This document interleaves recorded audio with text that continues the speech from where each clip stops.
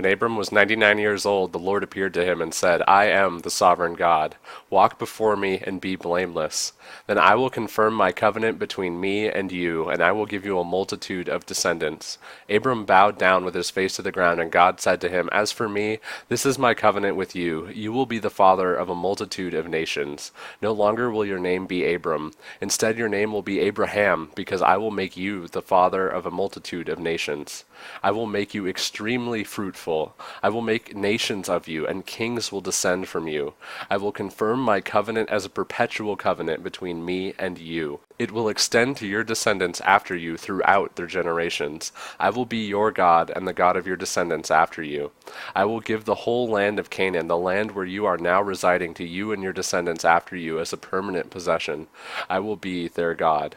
Then God said to Abram, As for you, you must keep the covenantal requirement I am imposing on you and your descendants after you throughout their generations. This is my requirement that you and your descendants after you must keep.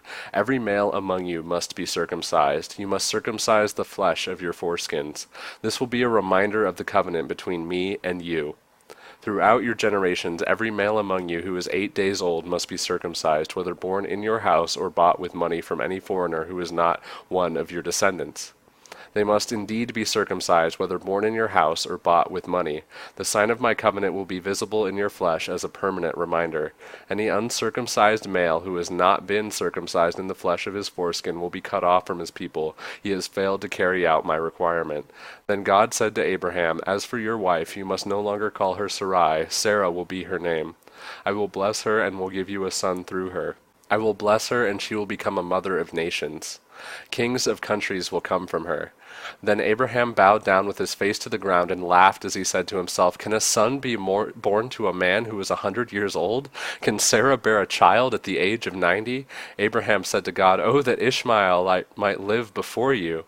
God said, No, Sarah your wife is going to bear you a son, and you will name him Isaac. I will confirm my covenant with him as a perpetual covenant for his descendants after him. As for Ishmael, I have heard you. I will indeed bless him, make him fruitful, and give him a multitude of descendants. He will become the father of 12 princes. I will make him into a great nation. But I will establish my covenant with Isaac, whom Sarah will bear to you at this set time next year. When he finished speaking with Abraham, God went up from him. Abraham took his son Ishmael and every male in his household, whether born in his house or bought with money, and circumcised them on that very same day, just as God had told him to. Now Abraham was 99 years old when he was circumcised. His son Ishmael was 13 years old when he was circumcised. Abraham and his son Ishmael were circumcised on the very same day. All the men of his household, whether born in his household or bought with money from a foreigner, were circumcised with him.